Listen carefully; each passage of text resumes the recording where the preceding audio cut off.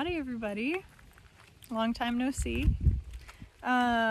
Today I'm back and I want to do some talking about what post-trail life has been like for me, how I've been, and yeah, just kind of a little mental health / life update.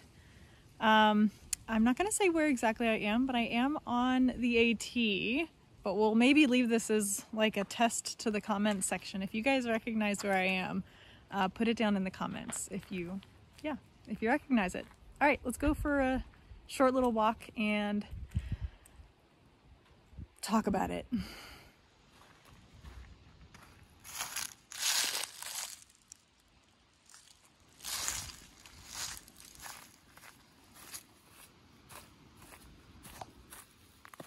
For those who did follow my AT journey, maybe as a spoiler as to the mystery of the location of where I am. A little bird just scurried in the brush. Today's topic of a mental health check-in and just kind of a me check-in feels fitting for this section because the last time I was here was my worst day on trail. And I cried about 4 times, and it was the one time I considered going home. So there's your hint for those of you who followed my journey as to where I might be. Sweet little baby white pines. You can tell it is a white pine because each of these little bunches of needles, within each bunch there are 5 needles, and I remember that 5 needles means a white pine because there are 5 letters in the word white.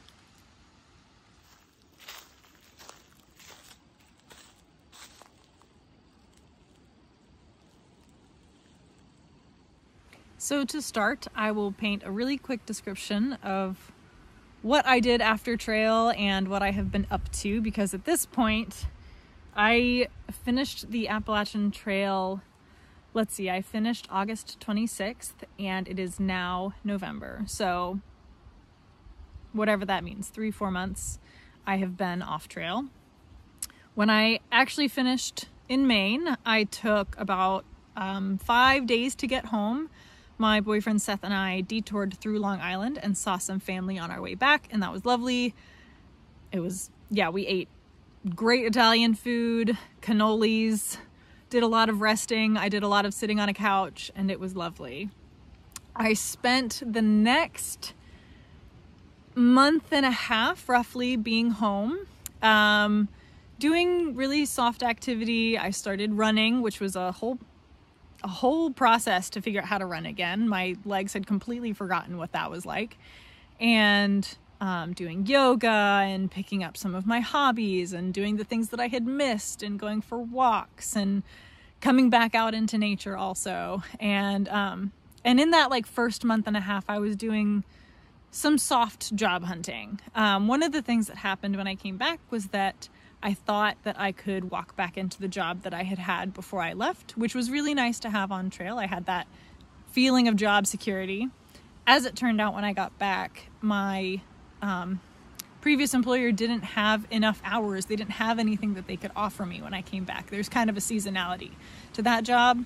And that was a surprise and a little bit of a disappointment. And so I spent a long time unemployed without thinking that I would when I got back. So that's kind of what the first month and a half of being home looked like.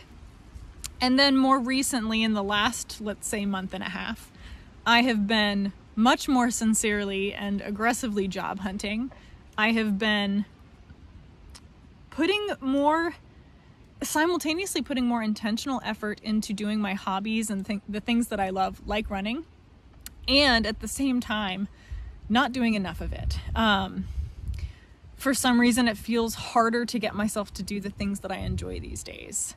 And that, I think, is really coming out of the mental space that I have been in for the past roughly 2 months.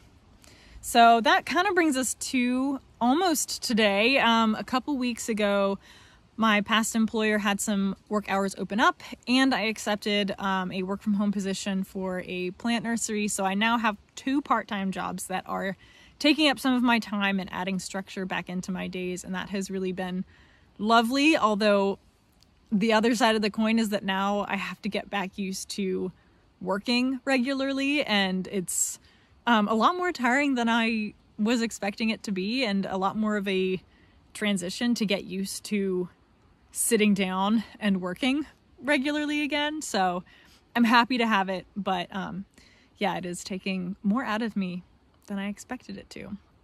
So that kind of brings us to today.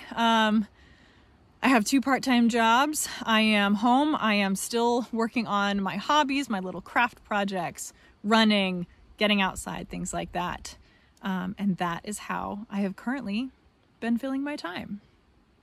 All right, let's meander a little bit and talk about mental health and the mental space that I have been in for, well, since trail.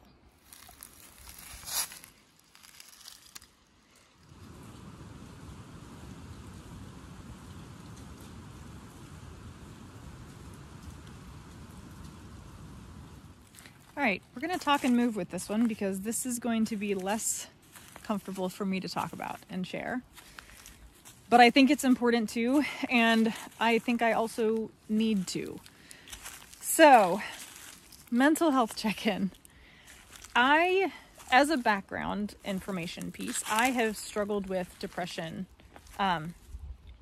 pretty moderately in my life. And so I know what that feels like. And when I was on trail, I was kind of worried about it coming back post-trail. Everybody talks about post-trail depression, and I figured I might be more inclined to that considering my history. And so while I was on the Appalachian Trail, I spent a lot of time thinking about how I could get ahead of it and mitigate it and prepare myself and set myself up with some tools so that when it came about, I was ready for it and I could handle it, and I had some things in my back pocket to lean on.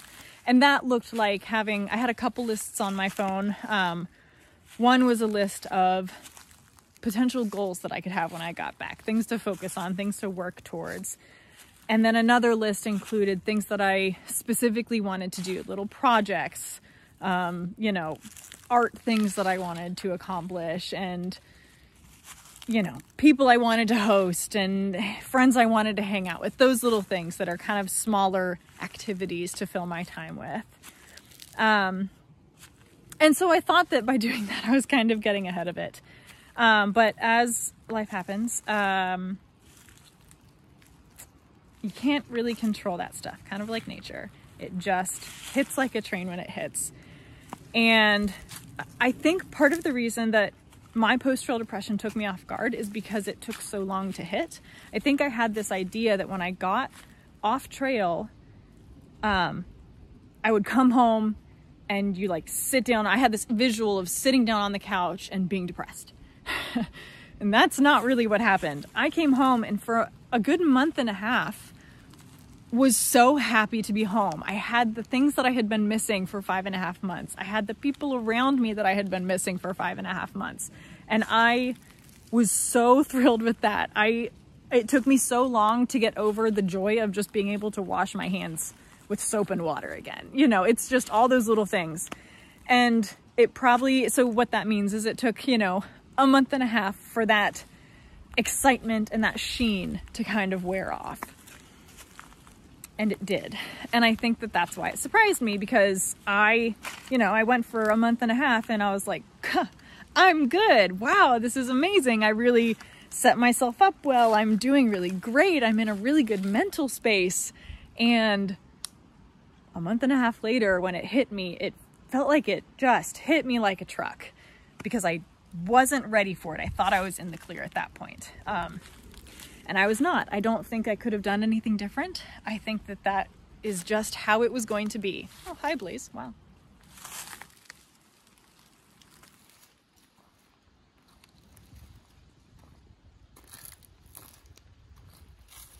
This dam usually has the water right up to it. We're definitely, it if not officially in a drought, headed toward a drought, because usually the water comes right up to it, so that, I'm not going to go all the way over there, but just on the other side of this tree, the water actually flows over, and there's usually a little cascade on the other side. But the water's not even close to the dam. Pretty wild.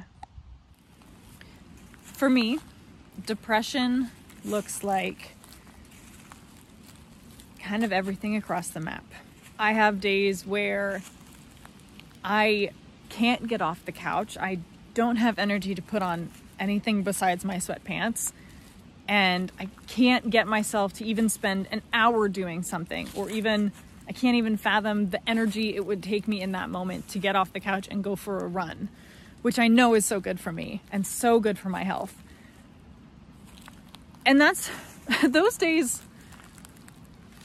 are hard, and I mean, in an obvious sense, and then also in the sense that there's just this underlying, I don't know if it's guilt or what the feeling might necessarily be, that is asking myself, how is it that I hiked 2,200 miles? I did this grand thing. I hiked the entire Appalachian Trail, and I can't even get myself to go run for a half hour. I can't get myself to focus on a project for an hour.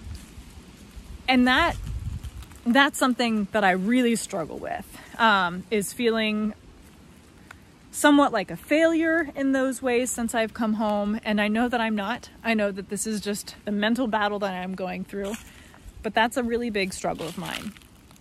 And on the flip side, the next day, I might have a day like today where I'm having one of those just manic productivity days, and I'm getting so much done, and I'm feeling really accomplished and really good about myself, and at the same time wearing myself down in a way I don't need to. My manic productivity days need to get spread out between multiple days, realistically, in the amount of things that I'm doing. And on the one hand, I feel like I'm kind of making up for the days where I can't get off the couch, can't get out of my sweatpants. But at the same time, is it worth it? Is it happening in a way that is the most sustainable and healthy for me? Probably not. So that's a lot of what my depression looks like. That is a lot of what has been going on for me recently. I think it's something people need to talk about a little bit more. I think it is one of those hidden battles, and everybody is like, oh, post-trail depression, but then what does that mean? And I know it means something different for everybody, but hopefully by sharing what it means for me, someone else might be able to predict or have some insight as to how it might affect their life. That's my hope. That's kind of why I'm sharing all this. So, all that said, I will also say that I have been doing better. I'm going to say softly in lowercase. I think having my 2 part-time jobs has put structure back into my days, which has really helped. It's put structure and accountability in, I should say, those 2 things. And that really helps me. I know that I thrive with structure like that in my life. And so that has been a really good change recently. I also took some of my more kind of lofty goals that I had set for myself. If you remember, I said I had made a note in my phone with these, goals and things to work towards. And those were just kind of up there in the air.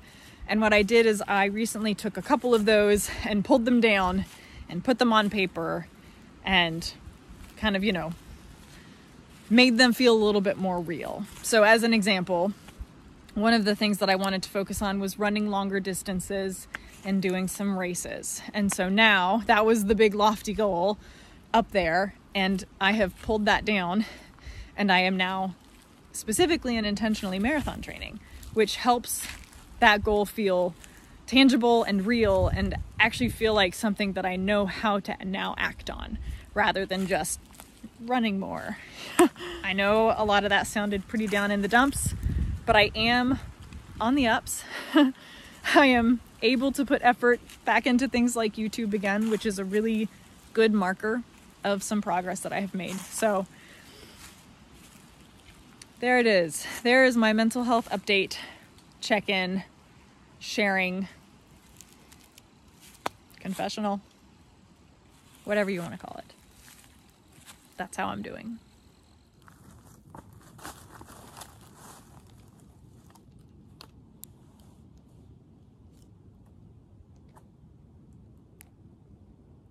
All right, and finally, from all of these things, from my journey to where I'm at right now since trail, from my mental journey and check-in of how I'm doing and things I have been battling with, what can you guys expect?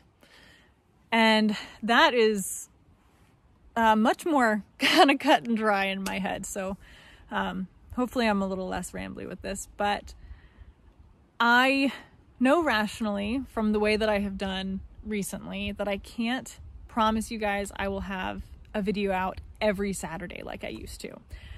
I am still striving for that, but clearly I can't put as much effort into the things that I want to be doing as I used to, so bear with me.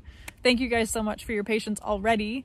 There will still be videos. You can expect them if they're going to come out on Saturdays at 9 a.m.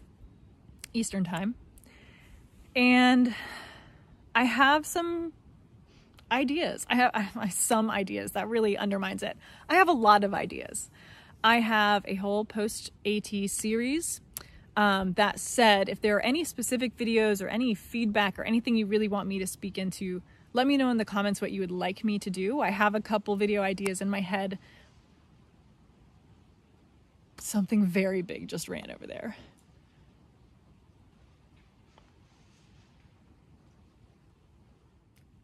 I don't see anything. There were signs though about a bear. I don't think it sounds that big. Probably a deer. I do have some very specific ideas of videos that I want to make, but I also want to share with you guys what you want to know. So let me know. I also have some ideas for another hiking series, as well as highlighting some of my other ventures, such as running, other things that are kind of in the same realm of outdoor activity and recreation. So my channel will continue. I will be doing my best to be better at posting post-trail. I know I have been a bit absent, so hopefully this is my fingers crossed for myself that I will be able to provide and share in this format a little bit more regularly again. All right. I think that is everything I have to share today. Thank you guys so much for coming along on the journey of this video, because I know it's not the lightest one I have done before.